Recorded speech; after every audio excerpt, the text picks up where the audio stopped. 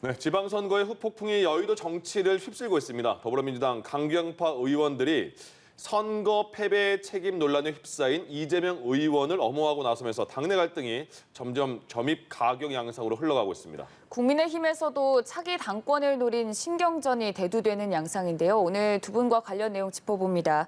이종근 시사평론가 그리고 배종호 세한대 교수 나가겠습니다. 어서 오시죠. 네, 안녕하십니까. 예. 민주당 이번 선거 패배 이후에 갈등이 바로 드러난 느낌이거든요. 그 갈등 개파 갈등까지는 잠시 후에 여쭤보고 지금 그러면 민주당에서 가장 먼저 민주당이 변화해야 할 것, 지금 먼저 해야 할 건 뭐라고 보세요? 지금 가장 먼저 해야 될 건 지금까지 다물었던 입을 여는 겁니다. 어떤 거죠? 무슨 말씀이냐면 자, 지금 민주당은 언제나 활기가 넘쳤어요. 국민의힘 계열 정당에 비해서 초선들도 자기 목소리를 내고 심지어 그게 너무 지나쳐서 2004년 이래 한 20년간 24번이나 당대표가 바뀌었습니다. 당대표 임기가 6개월밖에 안 돼요. 그만큼 목소리를 내고 초선들도 목소리를 내고 잘했냐 못했냐 흔든 거죠. 나쁠 수도 있지만 그러나 지금 5년 동안 민주당을 한번 보세요. 그냥 아무도 이견이 없습니다. 물론 몇몇 조응 박진 이런 4명 정도 빼놓고 그러나 그들은 하나의 세를 형성하지도 못해요. 그들이 한마디 하면 그냥 이 언론이 한번 받아주고 말았습니다. 그런데 지금도 만약에 입을 다물고 있다면 민주당의 미래는 없는 겁니다. 저는 지난 어저께인가요? 그저께죠. 의총이 너무 실망스러웠어요. 언론들이 자꾸 갈등이다 그러는데 정당은 갈등을 일으켜야 됩니다. 왜냐하면 노선 투쟁을 해야 돼요. 대선이나 지방선거가 끝나면 바로 실패한 이 노선에 대해서 반성을 해야 되거든요. 그리고 새로운 노선을 얘기해야 됩니다. 당연히 기존의 기득권을 갖고 있는 주류는 반박을 합니다. 그러면서 무엇이 옳고 그른지를 국민 앞에 드러내놓고 이야기를 해야 돼요. 그런데 지난 의총에서 사실은 그렇게까지 싸우지 않았다고 합니다. 저는 더 싸워야 된다고 보고요. 일사불란함이 아니라 우리가 왜 잘못했고 어떤 생각을 잘못했고 또 누구가 잘못했고 이런 이야기들이 더 나와서 민주당이 환골탈태하지 않는 한 지금까지처럼 이런 식으로 지금 다른 당 좋으라고 우리가 싸우면 안 된다. 그리고 우리 지금 후보가 무슨 잘못을 했느냐. 우리 후보가 안 나오면은 더 심한 참패를 했을 거다. 이런 식의 기득권을 지키려는 주류들이 계속 강성 노선을 흔들고 있는 한은 민주당의 미래는 없다고 봅니다. 가장 먼저 민주당이 할 거는 목소리를 내는 거다 이렇게 말씀하셨어요. 가장 먼저 해야 될 게 지금 뭐가 있을까요, 민주당? 네, 목소리를 내려면은 위기에 절박감이 있어야 되는 거예요. 그런데 지금 상황을 보면은 좀 아직도 위기감, 절박감이 좀 부족한 것 아니냐. 왜냐하면 지금 대선에 이어서 지방선거까지 패배를 했거든요. 이런 상황이 계속된다면 잘 싸. 졌지만 잘 싸웠다. 이런 식으로 자기 위안으로 계속 간다면은 2024년 총선에 실패할 게 뻔하고요. 그렇게 되면 2027년 대선 때도 또 실패할 게 뻔하거든요. 따라서 근본적인 환골 탈퇴를 해야 되는데 그러기 위해서는 권력 투쟁을 할 것이 아니고 가치와 노선 투쟁을 해야 되는데 지금 상황을 보면은 당권 투쟁만 하고 있는 그런 양상. 지금 계파 갈등도 가치와 노선을 가지고 싸우면은 그건 저는 오히려 바람직하다고 생각합니다. 그래서 지금 상황에서 민주당이 필요한 것은 뼈를 깎는 자성과 반성을 토대로 해서 민주당의 혁신을 만들어내는 것인데 안타깝게도 좀 그런 것이 부족해 보이고 당장 발등에 떨어진 불은 일단 혁신 비대위 그러니까 임시 비대위를 구성을 하는 거예요. 근데 이제 임시 비대위가 구성되는 것이 좀 만만치 않는 게 지금은 양 계파 크게 보면 그러니까 친 이재명 대 반 이재명에서 서로 자기 사람을 심으려고 하는 거예요. 그 이유는 결국 누가 임시 비대위원장, 혁신 비대위원장이 되느냐에 따라서 경선의 룰을 세팅하게 되고 그 룰에 따라서 결국은 이재명이 되든지 아니면 또 반 이재명이 당대표가 되든지 이런 상황이기 때문에 지금 이제 임시 비대위원장을 누구로 할 것인지가 굉장히 좀 고민이거든요. 양 계파에서 동의를 해야 되는 거예요. 그래서 지금 이제 임시 비대위원장 하는 일은 두 가지예요. 현재 당내 갈등을 수습하고 공정한 룰을 만들어서 전당대회를 공정하게 치르는 것인데 그게 지금 상황에서는 계파 갈등이 극심하니까 만만해 보이지는 않습니다. 그렇군요. 그렇다면 계파 갈등의 중심에 있는 이재명 의원이 이제 곧 또 국회에 첫 등원을 하지 않습니까? 있습니까? 어떤 발언을 내놓을 것으로 전망하시나요? 일단 이재명 이제는 국회의원 당선자 신분이 됐잖아요. 네. 지금 지금 보면은 상당히 본인은 좀 낮은 자세, 로키를 유지하고 있어요. 일절 본인은 얘기하지 않고 있고 이른바 이제 이재명계라고 하는 이제 7인회 들도 직접적으로 메시지를 안 내놓고 있고 다만 이제 민주당의 강경파들은 이재명 의원 당선자를 엄호하는 이제 그런 메시지를 내놓을 것 같은데 지난번에 지방선거 패배 이후에 내놓은 메시지의 범주에서 제가 볼 때는 이번에도 메시지가 나올 것 같아요.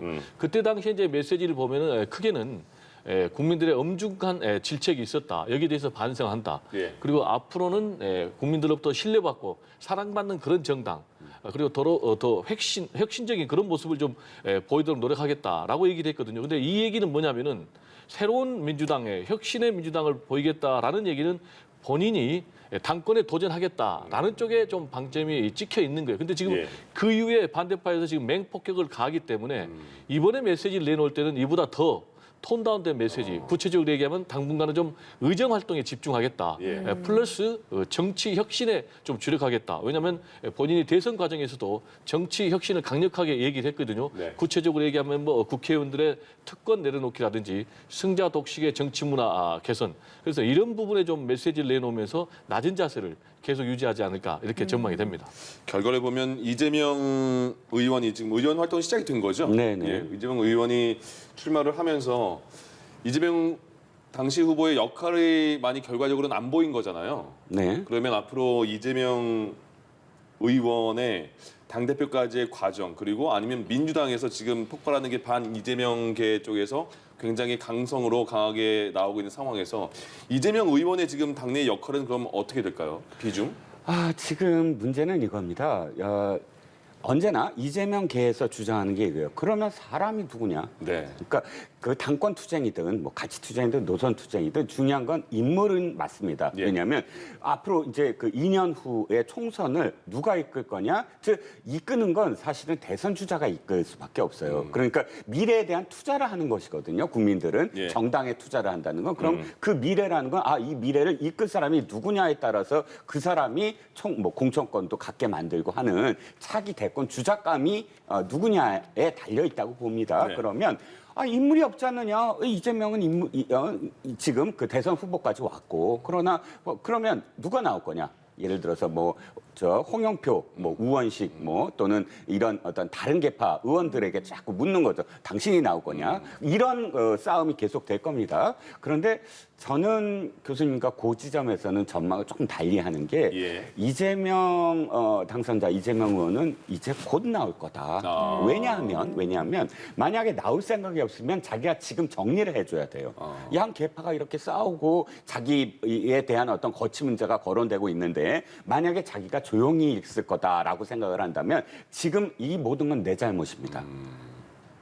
라고 사인을 보내고 이재명 계로부터 이재명 계가 이제 더 이상 목소리 안 내게 일단 뒤로 물러설 겁니다. 근데 지금 계속 싸우고 있는데도 목소리를 내지 않아요. 이건 무슨 뜻이냐? 자기가 나오겠다는 얘기거든요. 왜냐하면 이재명 의원의 저는 스타일을 좀 봅니다.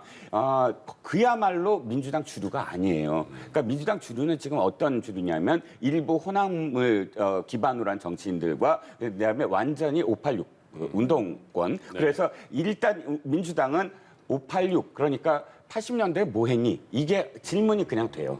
그런데 80년대 뭐 했니라는 질문을 사실 이재명 의원은 당시 그냥 변호사였어요. 그리고 학생운동도 안 했고 또 실제로 어떤 시민사회 운동도 운동을 하진 않았거든요. 그러니까 586 계열로 봤을 때는 아웃사이더입니다. 그런데 지금 완전히 변방에서부터 성남시장, 경기도지사 자기가 이룬 거지 민주당이 도와서 지금 대선 후보까지 된다고 생각하지 않는 사람이거든요. 그랬을 때 자신이 지금 조용히 있는 그 기간 동안 자신은 지금 어떤 국회 활동이라든지 그런 쌓아온 경력이 없는데 그냥 밀려버린다라는 조급함이 있을 거예요. 그렇기 때문에 이번 당권 도전에 나서지 않으면 안 된다라는 생각을 갖고 있어요. 제 예상에는. 그래서 아마도 바로 뛰어들 거다. 않을까라는 생각이 듭니다. 이재명 의원의 등판 시기와 정도에 대해서는 두 분 조금 다른 말씀을 해주셨지만 어찌됐든 두문불출할 수만은 없는 상황인 것 같고 또 다른 대권 주자로 뽑히는 게 또 민주당 내에서 이낙연 전 대표지 않습니까?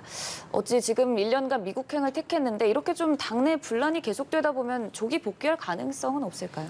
일단 그 문제는 앞으로 민주당의 전당대회 결과 누가 당권을 지느냐에 좀 달려 있는 것 같아요. 네. 현재 지금 이낙연 전 대표가 선택한 모델은 이제 DJ 모델입니다. 네. DJ가 지난번 대통령 선거에 실패했지 않습니까?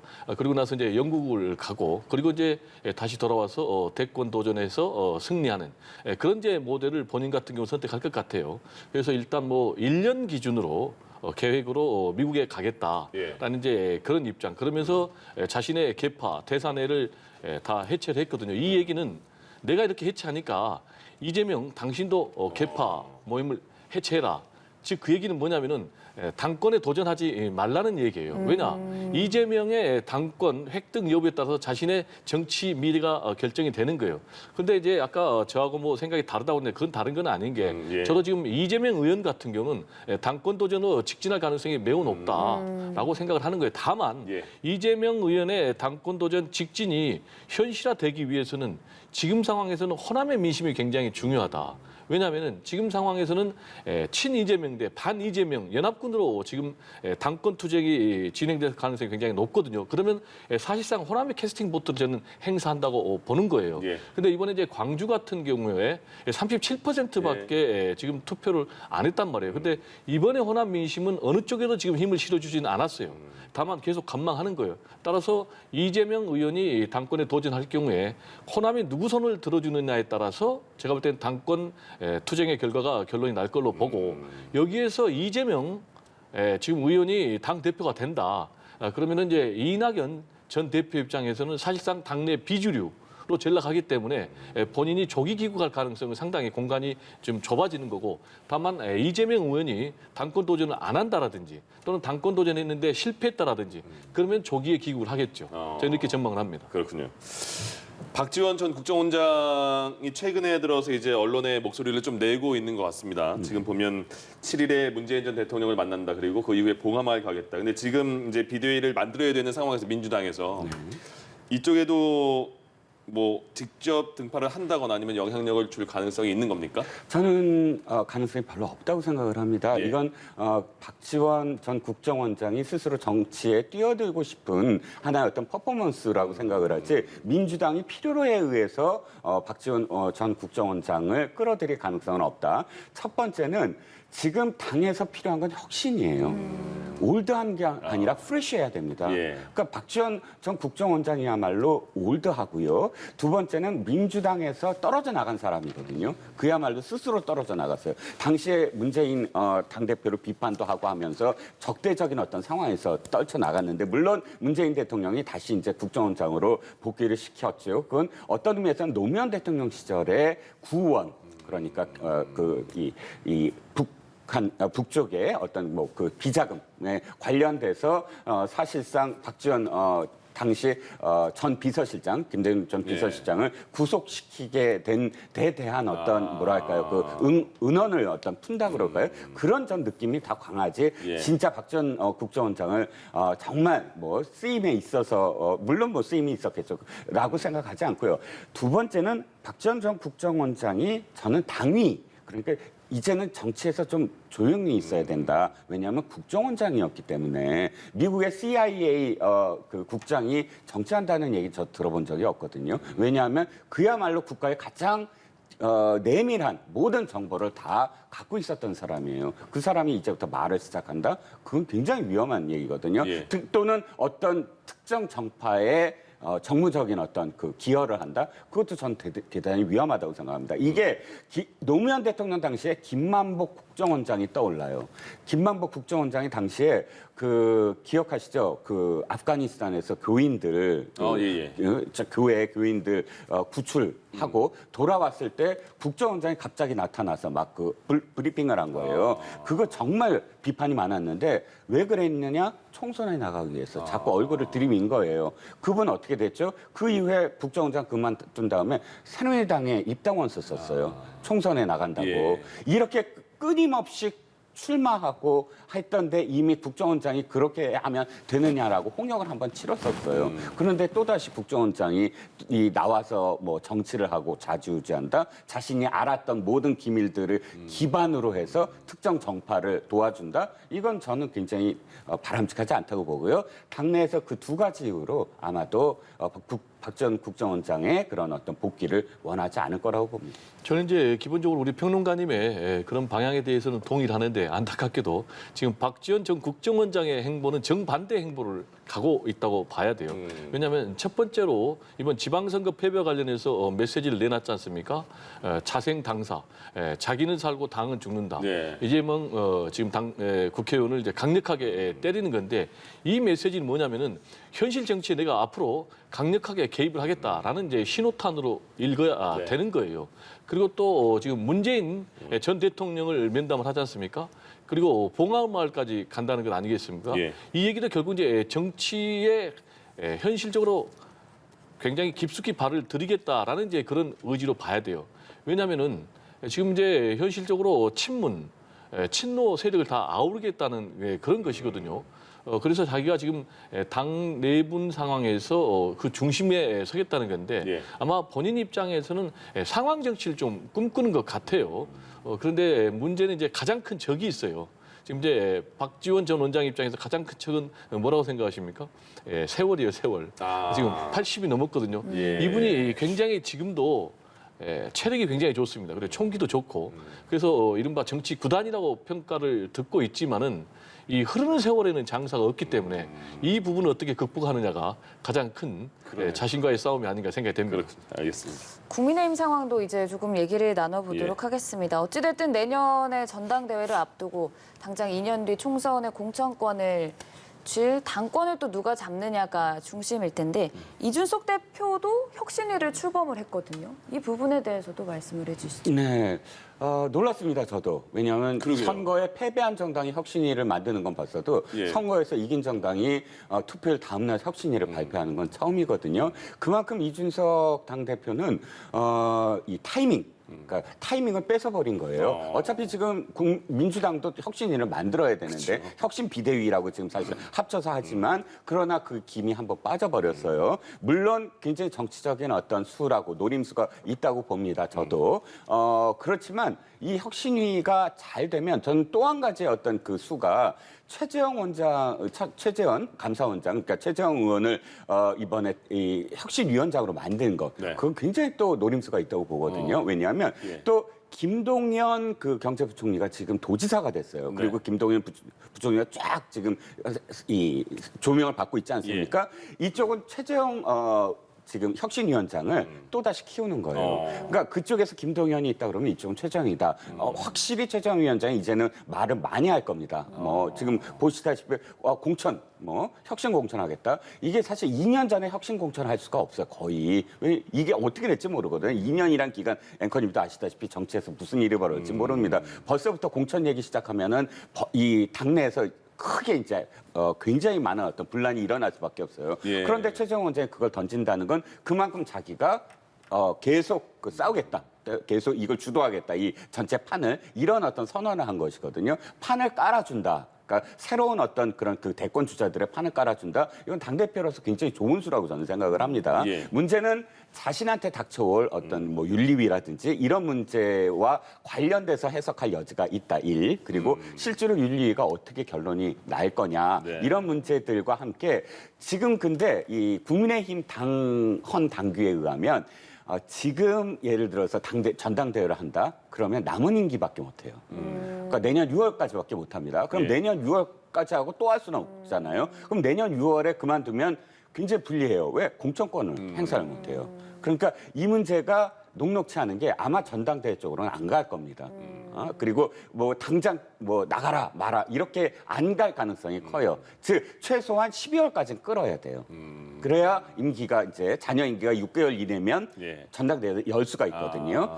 여러 가지 어떤 복합적인 상황들이 있기 때문에 이번 달 말에 윤리위가 뭐 결정이 돼서 이준석 대표의 거취가 확실하게 되고 이렇지 않을 가능성이 있다는 겁니다. 야. 제가 볼 때는 뭐 이준석 대표는 상당히 머리가 좀 좋은 것 같아요. 네. 좀 이준석 빠른가요? 대표는 네, 상당히 이제 상황 판단 그리고 현실 적응력이 좀 뛰어난 그런 정치인에는 틀림이 없어요. 30대 지금 뭐 당 대표 대한민국 정치사에 처음 있는 일 아니겠습니까? 네. 그럼에도 불구하고 이준석 대표의 정치 행보, 정치 메시지, 정치 철학이 지금 우리나라 정치 발전에 플러스인가라는 부분에 대해서 좀 굉장히 회의적인 게 많아요. 뭐 혐오 정치한다, 갈라치기 정치한다. 그런 부분도 지금 이 혁신위원회를 띄워가지고 일거에 좀 정리하는 그런 효과. 예. 그리고 아까 말씀하셨지만은 오히려 혁신을 주도함으로 인해서 지금 전국을 주도하는 것. 그렇지만 가장 큰 노림수는 자신의 자리를 지키겠다라는 그런 것으로 봐야 되겠어요. 일단 당면한 과제가 현재 지금 징계 절차가 이미 들어가 있는 상황 아니겠습니까? 본인의 성상납 의혹 그리고 증거 인멸 또 뭐 교사 의혹 이런 부분인데 이게 징계 절차에 게시됐다는 것은 네 가지 경우의 수밖에 없어요. 결론이 예. 뭐 예를 들면은 뭐 제명 조치한다라든지 또는 뭐 출당을 공고한다라든지 또는 뭐 당원권을 정지한다라든지 또는 경고 조치한다라든지 근데 어느 결론이 나도 사실상 성상납 의혹 또는 이걸 증거인멸 교사했다라는 것을 전제로 하기 때문에 본인 입장에서는 정치적인 치명타가 되는 거예요. 그리고 당 대표직을 유지할 수 없는 그런 상황. 이런 상황에서 지금 이제 강력하게 당 내부에서 도전 세력이 있지 않습니까? 대표적인 세력이 이제 윤핵관 세력이 있고 또 이제 안철수 의원이 됐기 때문에 여기도 또 당권 도전을 하기 위해서 상당 부분 이준석 대표를 흔들 가능성이 높거든요. 예. 그러면 이제 이준석 대표의 정치적인 생명은 저는 어디에 달려 있느냐? 저는 결국은 윤핵관의 선택에 달려 있다. 왜냐하면 윤핵관의 파워가 그렇게 큰 거예요. 이번에도 보십시오. 인사와 관련해서 국무조정실장, 국무총리 오른팔, 책임총리제를 지향하는 그 국무총리가 이 사람 꼭 필요합니다. 윤정원, IBK 행장이었죠. 기업은행, 예. 그분 같은 경우도 결국 윤핵관이 반대하니까 대통령도 못 쓰잖아요. 예. 그리고 또 뭐 지금 뭐 특별감찰관 같은 경우도 대통령실에서 이건 필요 없습니다라고 해도 그건 말이 안 된다 하니까 그걸 또 고칠 정도로 네. 이렇게 막강한 윤핵관이 지금 상황에서는 이준석 대표 얼굴로 가면 안 된다. 네. 이제는 당의 얼굴을 좀 바꿔야 된다라고 판단한다면은 결국은 제가 볼 때는 징계 결론이 나온다면은 이준석 대표는 굉장히 위험하다. 그래서 윤핵관이 앞으로 어떤 선택을 하느냐에 이준석 대표의 정치적인 미래가 결정된 것이 아닌가 이렇게 생각을 해봅니다.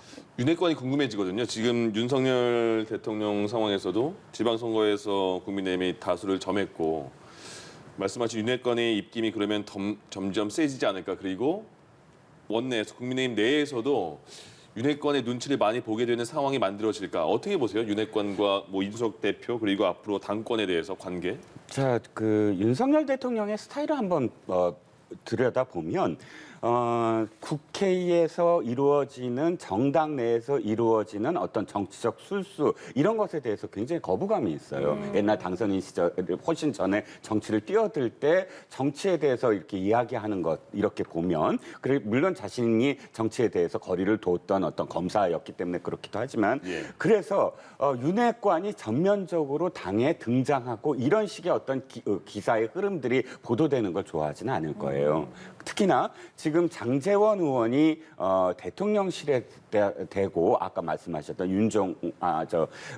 그 되돌리게 만든 것 아까 말씀하실 것 그런 부분들에 대해서 사실상 이 옛날에 원내대표 유승민 원내대표가 박근혜 청와대를 비판하면서 얼라들 뭐 이렇게 표현하면서 각을 세웠잖아요. 그러니까 대통령실이 아무리 지금 이 시작한 지 얼마 안 됐어도 전체적으로 이 가장 중요한 대통령을 보좌하는 그런 역할이어야 되는데 당이 너무 모든 거를 주도해 버리면 윤 대통령이 갖고 있는 생각을 전부 다 이렇게 흐름을 전국 운영을 주도할 수 없다는 생각도 분명히 있을 겁니다. 네. 저는 윤핵관이 지금 당권을 완전히 장악해서 나오지 않을 거라고 봅니다. 초기에 물론 이 당에서는 누가 되더라도 지금 대통령의 국정 운영에 발맞춰서 앞장서야 된다라는 걸 내세우지 누가 지금 이런 집권 여당의 초기인데 대통령과는 다른 생각을 하겠다라고 누가 나올 수 있을 거라고 생각하세요? 전혀 그렇지 않거든요. 그러니까 그 반대, 그러니까 대통령과의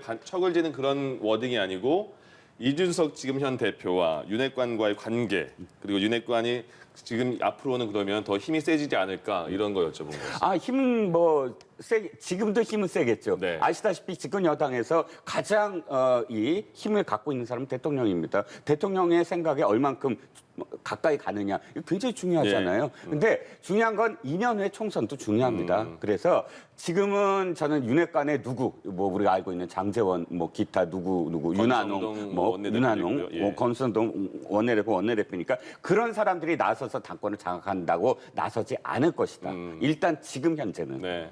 알겠습니다. 지금 이제 당 대표가 가장 중요한 이유 중에 하나가 당의 얼굴이 누가 되느냐에 따라서 민심의 흐름들도 좌우될 수 있고 영향을 받을 수 있다라는 측면도 있지만은 실제 권력 행사와 관련해서는 당의 공천권을 행사한다는 그런 이제 가장 중요한 문제가 있어요. 예. 그래서 이제 윤석열 대통령 입장에서도 당의 공천권이 행사돼 가지고 자신의 사람들이 대거 국회에 입성하기를 당연히 바라는 거죠. 근데 지금 이준석 대표가 지금 혁신위원회를 내세운 것 중에 하나가 또 시스템 공천을 얘기를 하고 있어요. 즉 그 얘기는 뭐냐? 시스템 공천이라는 방어벽을 통해서 윤핵관으로부터의 공천 영향의 입김을 차단하겠다라는 이제 그런 부분도 담겨 있기 때문에 예. 윤핵관 입장에서 안 되겠다.